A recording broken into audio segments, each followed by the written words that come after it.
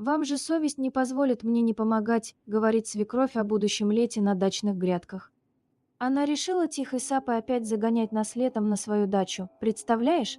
Сколько было уже ругани на этот счет. Все, казалось, притихло, забыла и согласилась. Оказывается, нет. Возмущается Ольга. «Не понимаю», — разводит руками подруга молодой женщины. «Ну хорошо, дачный отдых на свежем воздухе, это я понимаю. Ну и отдыхай себе на здоровье, расти газон, гулять ходи к речке, цветочки, грибочки, ягодки собирай. Зачем разводить плантацию всего, потом думать, куда это девать, да еще и пытаться залучить к себе в качестве рабсилы работающих сына с невесткой? Вот-вот. Но моя свекровь так не умеет. Мне вообще кажется, что у нее с дачей новое хобби появилось. И это не огородничество, а мотание наших нервов. Как хорошо, сын психует, невестка с мужем ссорится, а мама, довольная, сидит, добилась своего, внесла разлад в семью. Разновидность вампиризма. Ольга в браке 9 лет. Единственному сыну 4 года, они с супругом много работают, прихватывая иной раз и выходные. Хочется быстрее погасить ипотеку, чтобы не тянули за душу долги. Правда, несколько лет назад сделали крен в сторону от главной цели, купили подержанный автомобиль, но он в хозяйстве вещь нужная, муж на нем на работу и по магазинам ездит. Первые годы жили со свекровью, вспоминает Ольга, примерно год. Чуть не развелись тогда из-за того, что мама мужа мастерски умела нас стравливать. И прямо видно было, добьется нашего скандала и ходит довольная, глаза улыбаются, а ртом говорит о том, как ей тяжело видеть наш разлад. Хорошо, что муж у меня в адеквате, ушли на съемную и скандалы прекратились. Потом вот ипотеку взяли, сына родили. Свекровь Ольги 6 лет назад вышла на пенсию, а 3 года назад не стало ее старенькой мамы, жившей в дальнем Подмосковье. В наследство маме мужа достался деревенский дом с постройками и участком. Последние годы бабушка мужа участок почти уже не обрабатывала, не было сил, объясняет Ольга. Заросло все изрядно, кусты, ягодник, деревья, грядки, все заброшено было. Свекровь вообще сначала думала, что надо продавать, а потом ее подруга отговорила: «Ты же на пенсии, как хорошо летом не пылью и смогом дышать, а на природе время проводить. Газ в доме есть, душ летний есть. Внук у тебя, с ним в деревне будешь лето проводить, а молодые пусть работают спокойно». Подруга свекрови судила по себе. У нее есть участок, на участке газон, мангал, песочница, детские качели, несколько кустов многолетних цветов и грядка с укропом. Она действительно проводит лето на даче, забирая внучку от дочери, гуляет с ней, ходит на речку и в лес. В общем, отдыхает. Свекровь Ольги, послушав и прикинув, деревенский дом продавать резко передумала. Она была далека от мысли брать внука на лето, да и Ольга бы на это не пошла, но вот сделать так, как у подруги, мама мужа тоже отказалась. Тут у мамы всегда помидоры росли, там картошка. Тут всегда парник с огурцами, вдоль забора капусту сажали. Ну как можно все перекопать и просто травой засеять? А варенье на зиму? А свои огурчики и помидорчики? Я еще согласна, что на месте курятника можно устроить мангал и качели, но как без грядок? Нет, без грядок нельзя. Выросла в деревне, соглашается Ольга, матери приезжала помогать. Но вся помощь заключалась в том, чтобы посадить картошку и выкопать картошку. Все, от остального мама мужа была очень уже далека. Да и силы не те. Да и кому нужны эти банки с помидорами? Но самое главное, что буквально на второй год владения домом свекровь нас задрала. Как выходной, так накануне она сыну звонит: копать, сажать, полоть надо. А еще надо то одно привезти, то другое. 3 часа тащиться иной раз по пробкам в один конец, а то и больше. А у мужа, хорошо, если один выходной есть, ему его хочется провести с женой и ребенком. И на бензин уйдет гораздо больше денег, чем на зелень, купленную на рынке. Свекровь пару раз выслушала суровые отповеди Ольги на тему: «Вы хотели дачу? Вы хотели грядки? Так и занимайтесь, а нас не дергайте», начала заходить с другого бока, жаловаться на свои болезни. Ой, голова на днях так закружилась, рухнула прямо в огороде, отлежалась и домой поползла. А как иначе? Я же для вас стараюсь, вам же свеженькое свое, с грядочки, хочется вырастить. Да я ничего, скреплю еще как-то. Я тут подумала, невестка же все равно в декрете, пусть приезжает. и отдохнут с малышом, и мне она поможет. Ольга от такого вида отдыха категорически отказалась. Муж, жалея маму, начал все чаще пропадать в деревне, в семье снова начались скандалы. После одного из таких, случившихся уже прошлой осенью, когда муж перекапывал огород у мамы, а Ольга вместе с сыном лежали с высокой температурой дома и даже выползти до аптеки не имели возможности. Жена поставила мужу условия: или мамина дача, или их семья. «Да мне самому надоело до чертиков все это», – неожиданно признался муж. «И мотаться надоело, и участок этот грёбаный, я уже и маме сказал, что не поеду туда больше. Хочет, пусть сама там колупается, не хочет, надо продавать». «Ой, сколько было этого самого для вас же стараюсь», – говорит Ольга, – «и нытье, и причитание, и манипуляции». Но муж остался тверд: продавай или возись там сама, больше не поеду, нашей семье не сдалась твоя дача, я хочу спокойно проводить выходные со своей семьей и точка. Ну ладно, вздохнула свекровь где-то в конце декабря, продавать не буду. Во всяком случае, в этом году. Договорюсь с соседом, распашет все, засею газоном, буду там отдыхать. Уж очень воздух там хорош, как заново рождаешься. Эх, ну не хотите, как хотите. А на 8 марта заехали к свекрови, чтобы поздравить, возмущается Ольга, а у нее в квартире подоконники и столы рассадой заставлены. Что там она насеяла, точно не скажу, перцы, помидоры, наверное. Муж ей: мама, ты опять? Ну я всего понемножку, говорит, совсем же без всего нельзя. Ну я и подумала, если посажу всего понемножку, так и не тяжело будет. И потом, неужели вы меня бросите, вот совсем без помощи оставите?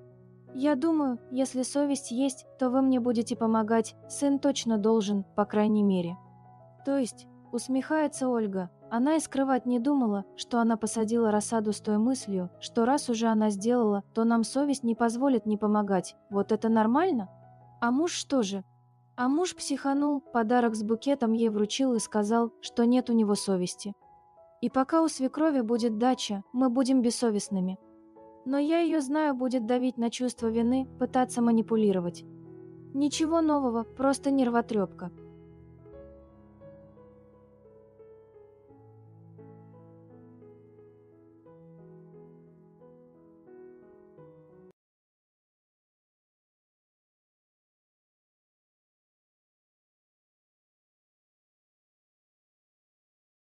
Alright, everyone's presentations are done. Nick, the manager, said as he tried to move the discussion forward. Excuse me, I haven't. I recently found out something. Nick interrupted me and began to speak. There's apparently someone in this department who didn't graduate high school and is just a part-timer. Meetings should be for employees only. Absolutely right. His lackey, Mike, of course, agreed with Nick. I'm leaving. After leaving the meeting room, I started to shut down my computer. I noticed that an email had arrived, not in my personal inbox, but in the company's shared email. Thinking, there's no point in speaking up, no one will listen, I went home quietly. The next day, I heard a commotion from Nick's desk. He was staring at his computer screen, his face pale. Nick? Is something wrong? Mike looked at the screen with him. And he turned even paler than Nick. Why is he so angry? Knowing the reason for Mike's distress, I thought to myself, serves them right. My name is Adam. My mother passed away when I was in the 9th grade, and I was raised by my father. Well, you could hardly call it being raised. After my mother passed, my father changed. He drowned his sorrows in alcohol, and though he still went to work, he squandered our living expenses on horse racing. Because of that, I had to start working part-time as soon as I entered high school. Every month, I went to the convenience store with bills in hand that couldn't be auto-deducted from my father's account. Even though I endured it because I didn't want to be alone, I reached my limit in my second year of high school and dropped out. I found a live-in job at a distant inn. Thank you for everything. The day I left home, my father, still staring at the TV, spoke. Take care. That was our last conversation. Back then, 18 wasn't the age of majority, so I needed my father's permission to work, and I couldn't hide my place of employment. Yet, my father never visited me even once. I kept working just to survive, and before I knew it, I was 42. Years of hard work paid off, and I was transferred to the headquarters. I was thrilled to be recognized by the company, as I thought I'd be working in the field until retirement due to my lack of formal education. Listen up. Our work can change the future of our employees. Don't drag us down. On my first day after the transfer, Nick, dressed in an expensive suit, spoke sternly. There was a reason for this. Our inn was located in a prominent tourist destination, known so well that everyone in the state could sing its commercial jingle. At its peak, we had 5 locations within the state. But that was long ago. Due to financial difficulties and aging facilities, only the place where I had worked for many years and the original establishment remained. I was prepared to lose my job anytime, but now there was a glimmer of hope. With the rise of social media, the tourist area where the inn was located started gaining attention again. Depending on how hard the sales department, where I was transferred, worked, we could either thrive or be forced to give up this prime location to the new hotel chains continuously popping up. For Nick, who had switched careers from another industry to strengthen our sales, this was a battle he couldn't afford to lose. I understood why he had to be strict. I will do my best. Nick sneered at my enthusiastic declaration. Did you not hear what I said? I'm sorry. I thought I was listening carefully. Out of habit from years of customer service, I apologized reflexively, though I had no idea what had offended him. Someone was watching me with a smirk. In this department, there are those who are expected to excel and those who have been shoved here because they have nowhere else to go. You are the latter. It was Mike, the section chief. He's 7 years younger, at 35. But he was called to headquarters much earlier than I was and had been moving around within the headquarters ever since. I'm not jealous, but I can't accept that he's my boss. Graduating from a prestigious university, he has an unusually high pride and caused many problems as a newbie, making things very difficult for me when I was the front desk leader. When I found out Mike was transferred to the sales department a month before me, I was disheartened. Mike is right. With just a middle school diploma, there's not much you can do. Don't even think about achieving results. As if I didn't exist, Nick remarked, I'm thirsty. Mike eagerly ran to the coffee maker. It seems Mike is Nick's lackey. I regretted being happy about my transfer to headquarters, wishing I had stayed on site forever. Send a direct mail to every company on this list by the end of the day. Nick only assigned me tasks that even a new graduate could handle. What? There are over 1,000 companies. You want me to send to all of them by today? Yes, if you and your fellow misfits split the work, even those with nowhere else to go should finish by today. I glanced at the employees typing away expressionlessly. They were worn out from customer service, only thinking about leaving on time, or were women reassigned after having children, with zero motivation for work. Even Sam, a new graduate from the same university as Mike, who was supposed to be among the expected achievers, had no enthusiasm for the job, having joined the company wanting to do customer service. I don't care what they say, I plan to quit anytime, he said.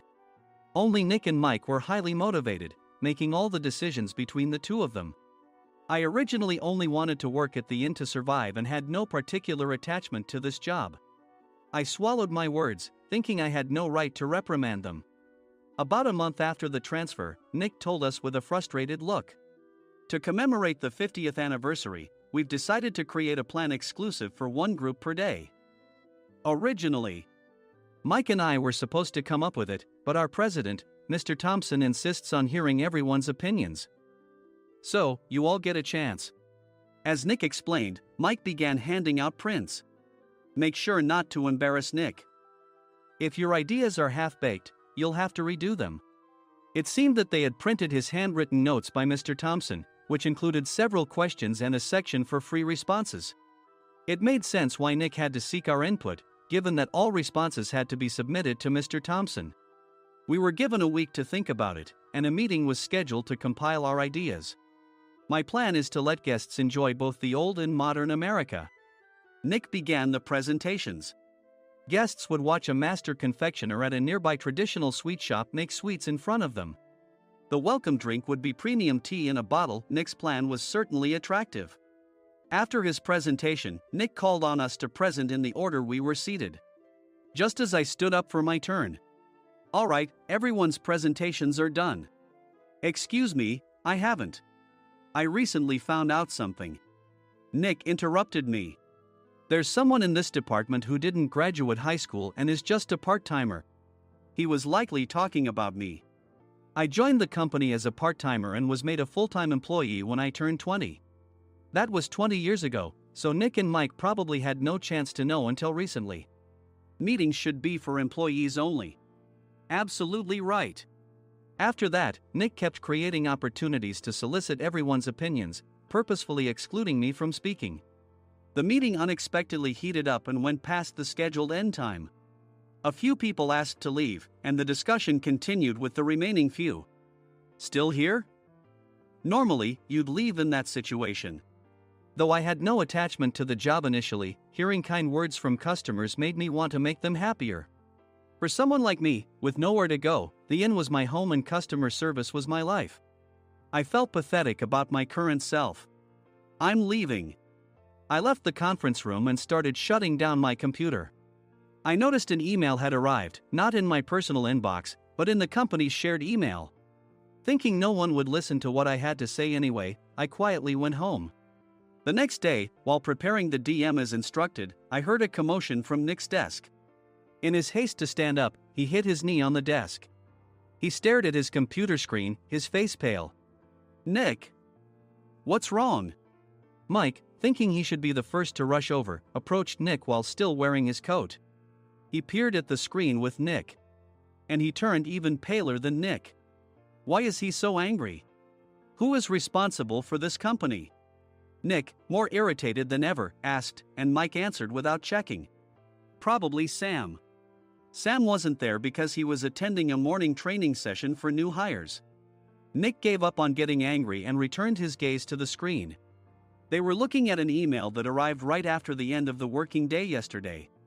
Apparently, no one, including me, had checked it before leaving. The email was from a large company that used us for their annual employee trips. The president and executives of that company also frequently used our services personally.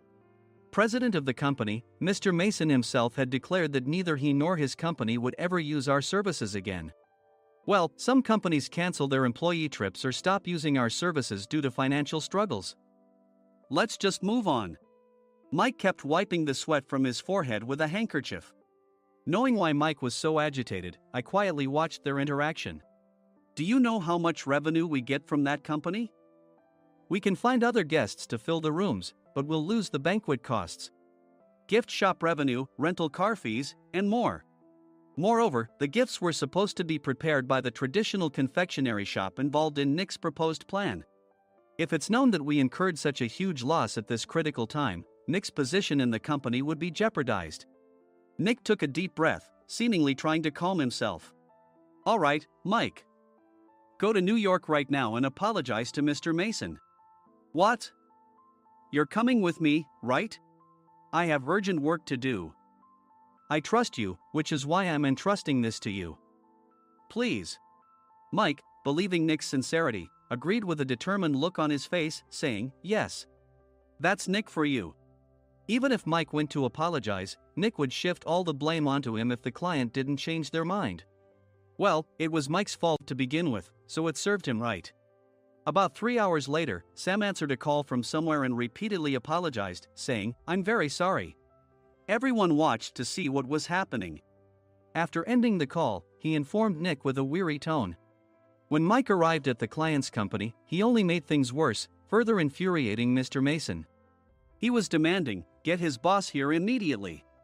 It was no wonder Sam was exhausted, dealing with such a call right after returning from training. What is that idiot doing? All right, Adam, you're coming with me. If sacrificing Mike didn't work, then I must be next. Normally, I'd want to refuse at all costs, but I saw an opportunity in this situation. If I can be of assistance, I'd be happy to join you. I obediently followed Nick, and we flew to New York.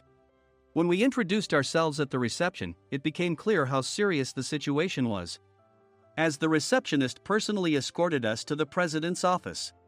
Angry voices leaked through the door, making both Nick and me uneasy. Excuse me. I'm Nick, the supervisor. I understand my subordinate has caused you trouble, and I deeply apologize. Nick, with his experience in the corporate world, knew enough to offer an apology before excuses. However, his customer service skills left much to be desired. I sighed as I saw Mike trembling like a small dog in the corner of the room. "What kind of training are you giving your subordinates?" Mr. Mason glared at Nick with a red face. The intensity of his gaze made even Nick take a step back. Regrettably, I joined this company only 2 years ago and was unaware of Mike's issues. I should have identified his shortcomings sooner. Indeed, I should have realized sooner. No sensible person would come to apologize and then give a lengthy presentation on the drawbacks of not using their in. Nick froze, his mouth slightly open. Suspecting the worst, I picked up the documents that had fallen to the floor. It seemed Mike hastily prepared these documents on the plane, listing the disadvantages. Disadvantage 1: if you change the venue for the company trip, employees might suspect it's for cost-cutting reasons, leading to a negative impression. Reading it aloud half-jokingly, Nick snatched the papers from my hand and checked the contents with a furious expression. Among the stack of documents was a receipt from a nearby convenience store's copy machine. I felt a pang of dread, hoping he hadn't shown the receipt as well. What do you think he said when I asked what kind of nerve he had to do this? I'm very sorry. Faced with the dire situation, Nick must have thought there was nothing left to do but apologize. In a voice smaller than I'd ever heard from him, he uttered words of apology. He said, "I'm a Harvard graduate. I don't believe I said anything wrong." "Mike, what have you done?" Forgetting his plan to pin the blame on Mike, Nick yelled loudly, even in front of Mr. Mason. "I didn't do anything wrong."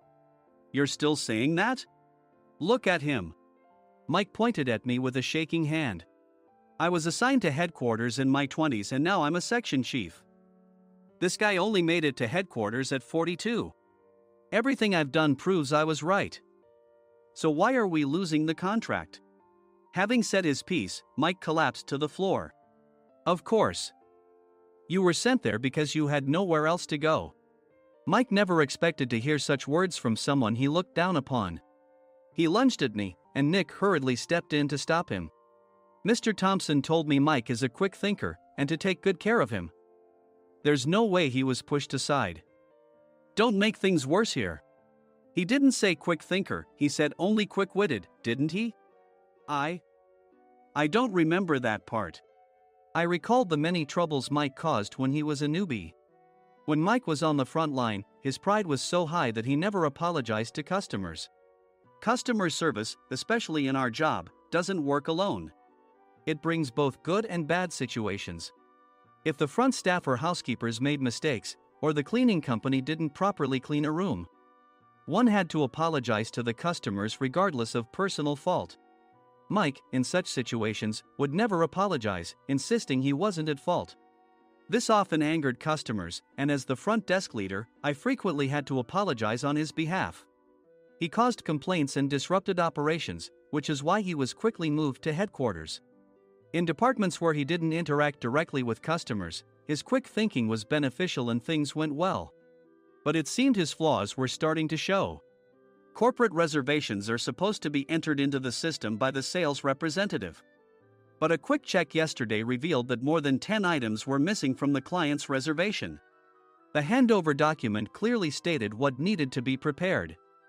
Why didn't you enter it into the system? Why do we have to give them special treatment? Filling rooms near the banquet hall, setting up all the food in advance. Specifying the brand of wine, they're too demanding. No wonder he always angered customers, I thought, feeling a headache coming on.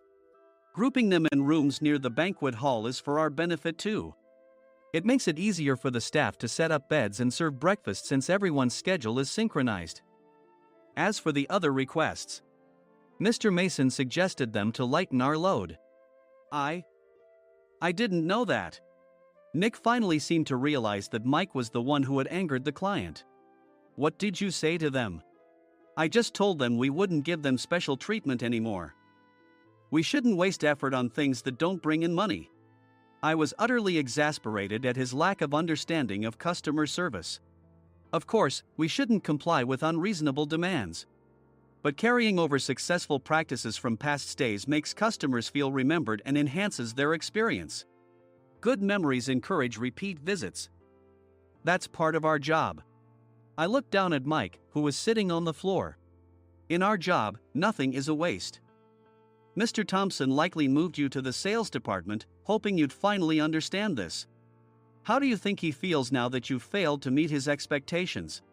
Mike, tears in his eyes, fled the president's office. I was amazed he still hadn't apologized. You have it tough, Adam. It's okay, we're all employees of the same company. I deeply apologize for this disrespectful incident. Especially after all the care you've shown us. If it weren't for you, Adam, I really would have stopped staying here. When I heard you were moving to the sales department, I was willing to reconsider if you handled it. Seeing us talk so amicably, Nick's face contorted. Do you two know each other? Adam's service is excellent. I always requested him specifically. Normally, we don't accept specific staff requests, but we made an exception for Mr. Mason, adjusting my shifts accordingly. He had personally stayed at our hotel just before my transfer, and during casual conversation, I mentioned, I'm moving to the sales department soon. If I hadn't told him then, things could have been much worse. Please continue to take care of us. I look forward to it. On the return flight, Nick awkwardly offered me a can of beer. It's still working hours. Of course, I had no intention of forgiving him for a single beer. Nick might try to pin everything on Mike and avoid any consequences. While pondering this, a startling fact came to light. Nick, the tea bottles for the plan have arrived. I handed Nick a bottle labeled with our inn's name. They look good. What are you talking about? These are plastic bottles. I had assumed we would use the trendy, high-end bottling tea. But what arrived were ordinary plastic bottles of tea with customized labels. The only unique aspect was the label, which had the inn's name, making it look customized. Upon further investigation, I discovered that a substantial amount of money was set to be paid to the tea company. It was priced like bottling tea. Does this plastic bottle really cost $100 each? The tea inside is specially blended for us. The extra cost is for that. Wouldn't it be better to use another tea company? Or is there a specific reason we must use this one? As Nick continued to make excuses, I showed him a printed email. I informed the tea company's president, Mr. Mitchell, that we discovered irregular payments and he confessed. He said you two were high school classmates and planned to split the extra money. That idiot. Why did he confess? That's not important. You should worry about yourself, this could turn into a police matter. Opening the bottle cap, I suggested. How about calming down with this tea? It supposedly has a relaxing effect. Nick drank the tea frantically. In the following days, decisions were made about their fates. Mike was reassigned to the General Affairs Department, with no chance of transfer or promotion, as per Mr. Thompson's orders. As for Nick, since the payment to the tea company hadn't yet been made, he narrowly avoided legal trouble. Instead, he was encouraged to leave the company, and to avoid further complications, Nick submitted his resignation. Rumor has it that connections between HR departments have made it difficult for him to find new employment. Even though it was good to have those two gone, something unexpected happened in the sales department. Everyone became motivated and united in refining the 50th anniversary plan. In the end, my plan was adopted. We collaborated with the Tourist Information Center to provide personalized guides. The plan, tailored to the number of guests, was truly special for the 50th anniversary. Hey, is Adam's family coming to stay? I immediately booked that special plan for my family. Sam noticed it on the reservation list and quickly picked up on it. Yes, I'm inviting my father. That's great. I might invite my parents too. I lacked the courage to face my father just as Adam. But here, with the confidence Mr. Mason praised, I felt ready. The 50th anniversary plan was a perfect opportunity to reconnect with my father. I hoped to bring back the days when we could laugh together as we once did.